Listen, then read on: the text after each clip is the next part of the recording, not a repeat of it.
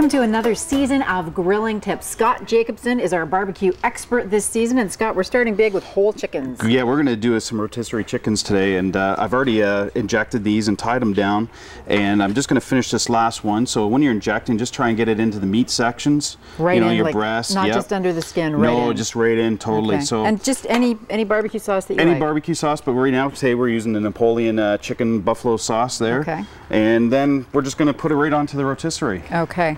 So it's a little tricky, a little heavy might be, but we'll go there, start her up, and turn it on too. That would help. And you need a meat thermometer. The meat thermometer, it's rotating down, and you want to cook it at 180 degrees. 180 degrees for how long? About an hour and a half. Okay, we'll check back in. For sure.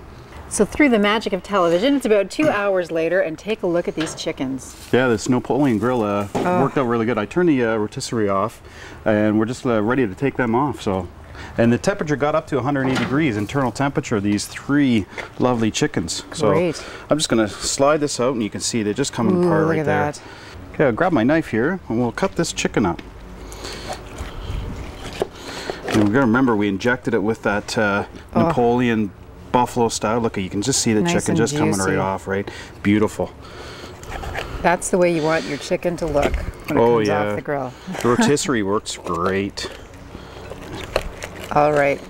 There you go. Perfect. Terrific. Next week we're going to do some pizza on the barbecue. Great Grilling, brought to you by Napoleon Gourmet Grills, a passionate dedication to grilling.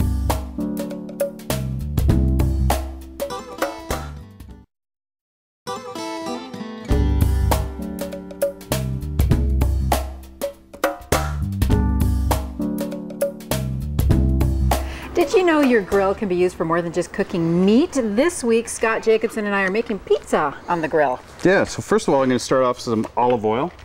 Get that out of the way. And we're going to just brush the olive oil real quick on our pizza. Try and get it around everywhere. Right. And then just your typical pizza sauce. Get it around. Right. We'll just do a toppings. We're just going to do basic pepperoni and cheese pizza real quick. Doesn't have to be anything fancy, just to show that we can do it on the grill. Mm-hmm. And then you don't have the heat in the house. Exactly, and it's great, and the kids love it too, right? So. And now this is homemade dough, but this you is don't all have to be homemade that dough. fancy. That's right. You can, as they can see, I've got a couple pizzas ready to go. There we go. In she goes. Now you've got a pizza stone in there already nice and hot. That's right, and that's what I do is just use this fancy non-stick right on the stone.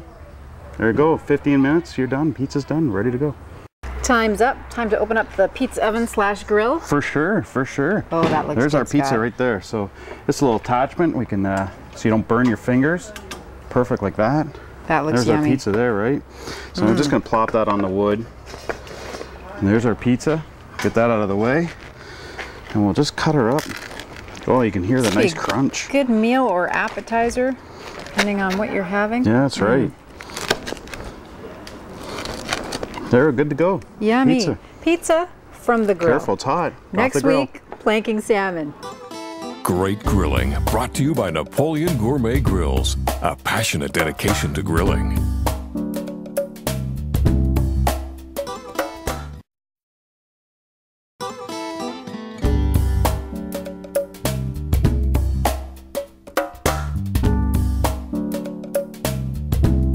Planked salmon is a true grilling favorite, and this one has a true Canadian twist, Scott. Yeah, a local guy gave me some maple rub, so I put that on, and now just some maple syrup. So basically, first of all, what I want to do is, you can grill it this way, but today what we're going to do is cut it into little portions. Okay. And just cut it like that. Does that change the length of time? It does a little bit, but I mean, just so, because fish, when it's all done, it'll flake apart. So we're just going to slide them all along, ever so carefully, spread them out a little bit. If I cut all the way through. And your plank, you have to soak that, right? 24 hours before you do it. Okay. We're just going to drizzle real quick and then put it on the grill. Canadian sweetness. Yes, that's right. All right. And how hot do we want the grill? We want that on medium, and that's going to be about 15-20 minutes. Okay. Good to go. That's it. All right, time's up, Scott. Well, there's our looks salmon good. there. That looks really good. Nice and golden on the top. There it is. And hopefully flaky on the inside. Yes, that's when you can tell it's done. Oh, look at that. Oh yeah, oh, let me try a little bit of that. Perfect. All right, Beautiful. next week we're gonna try out ground pork on the grill. Great grilling, brought to you by Napoleon Gourmet Grills, a passionate dedication to grilling.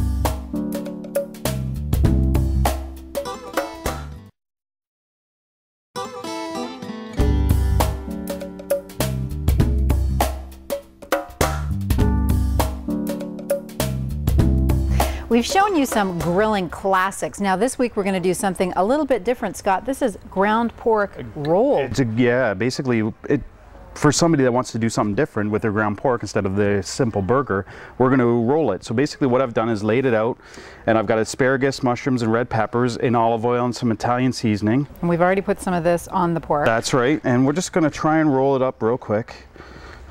Might be a little too much, I don't know, just do a little bit, but we're going to try and roll it over. And we got some Swiss cheese, and we're just going to put some Swiss cheese in there real quick. Get this out of the way, and we'll try and roll it real quick. This is the tricky part. Yeah, this is the tricky part. As I said, and you can see, it's tricky, but once you get it going a couple times, it's great. The plastic really helps. Yes, the plastic helps. Oh, this looks good already, Scott. There you go. Some might come out. Don't worry about that, everybody. Now I'm just going to put it on this tray, and we're good to go on the barbecue. Plastic and all. Plastic and all, and then in 5 minutes we'll take the plastic off after the meat gels. Okay, Nancy, I think our pork's done. It's reached 160. Oh, that looks so good, Scott. And we're going to take that off ever so carefully. Put it right on the cutting board there. So it really all held together. Yeah, it did. So now we're just going to slice it up ever so carefully. And you can see right there, everything ever so carefully right there. Very gourmet. Yeah, and it's all it is ground pork, right? So just roll it up and you're good to go. That's right. Next week, a summertime favorite, ribs. Great grilling, brought to you by Napoleon Gourmet Grills, a passionate dedication to grilling.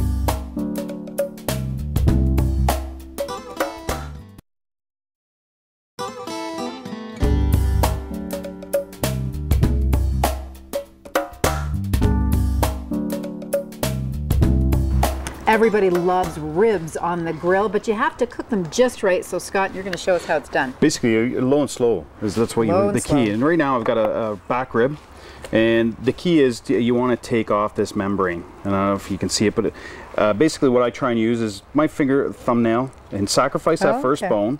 Just kind of wedge at it, get a piece of paper towel, and just get a good grip. And all of a sudden, there you go. That's how simple it is. And she's good to go. So now what we're going to do is spice it up with the Napoleon rib spice. Put it on the grill. Well, you made that look pretty simple. One side, low and slow. Come back in about 5 hours. You'll be done. It's been a quick 5 hours through the magic of television, Scott, but you've been busy. Yeah, I have. These ribs cook for 5 hours, so basically 3 hours smoke on one side off, and then 1 hour in the foil, and then the last hour we sauced them up so the sauce does that whole nice cake. So we're going to cut these ones up, test it out. So there you go, right there. So what I'm going to do is flip it right over, and we'll cut it right in between the bones, ever so carefully. And that just goes easy through. Those are nice and tender. Watch your fingers. There you go, nice perfect rib. All right. While we eat these, you can think about what we're doing next week, steaks. Great grilling, brought to you by Napoleon Gourmet Grills, a passionate dedication to grilling.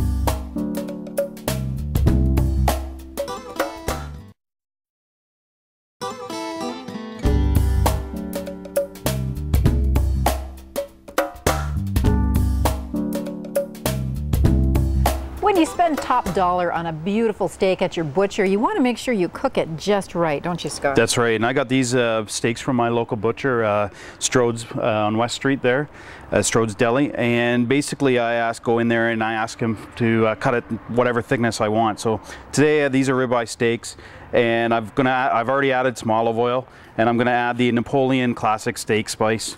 And basically what today we're going to just show is put your steak spice on, but we're going to do these steaks up real quick, but you don't have to sit there in front of the grill and just grill them. So we're gonna put them on real quick. Okay. And I got it on Napoleon grill. I got it on the infrared sizzle zone, they call it. So this is extra hot. This is extra hot, extremely hot. We're gonna seal in the flavors. Okay, so now what we've got is we've done both sides, seared them, and we're gonna put them over to this side on low, just a little bit. So now we've seared in the juices. We're gonna close the lid for 5 minutes, and there you have it. For medium rare, medium steak, perfect. And voila, our steaks are finished. There's our steaks there. We're gonna take the first one off and cut it open. There you go. There's your perfect steak. Grab my knife here.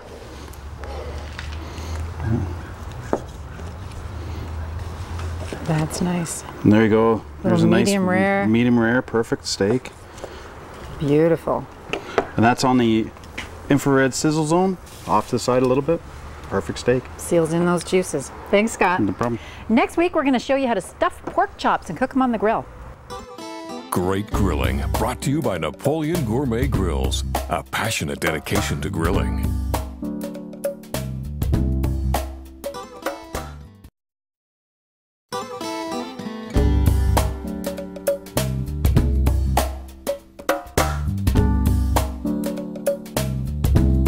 Today we're showing you how to have your meat and vegetables all together in the thickest pork chops I've ever seen, Scott. Yeah, these are some pork chops I got from my local butcher, Strode's Restaurant in Brantford on West Street there. They're 2-inch thick, and I've got some mushrooms, red peppers, and asparagus, and some Swiss cheese. And what I'm going to try and do is stuff them as best as I can. And, you know, it's hard there. Yeah. But we're going to grill these on a maple plank, almost the same as cedar grilling. But we're going to use the maple flavor. We're going to season them up and throw them on the grill. Nice. We'll be back in about another hour or so, and this should be done. These pork chops have been cooking for a little over an hour now, and we finally got the temperature up to 160, so which is what you want for pork. And they're still on that maple plank there, so we're just going to take them off ever so carefully.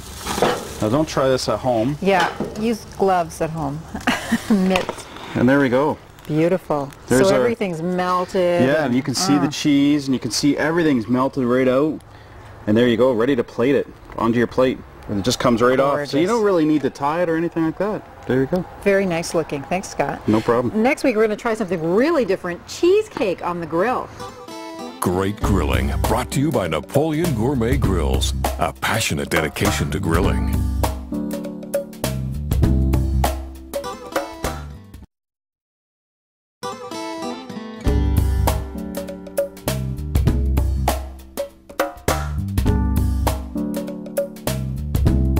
Well, it's very fitting that our last tip of the season is a dessert recipe, Scott. I guess the message is don't be afraid to try new things. Exactly. Just use your grill as think of it as an oven, like in some ways. But right now, I've got my graham crust already there, and my cheesecake, pineapple cheesecake, already ready to go. So what I'm going to do is fill this up real quick.